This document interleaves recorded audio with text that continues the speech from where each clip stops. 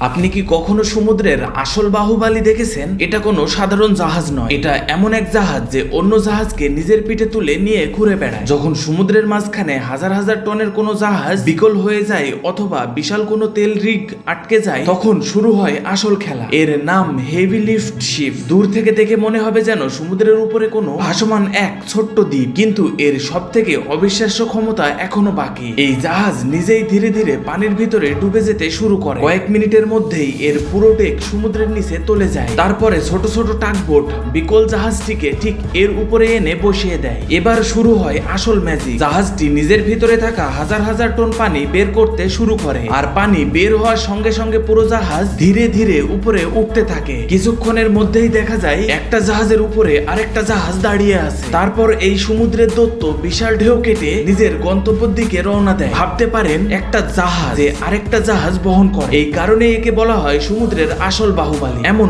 অবিশ্বাস্য তথ্য পেতে চ্যানেলটিকে সাবস্ক্রাইব করে দিন।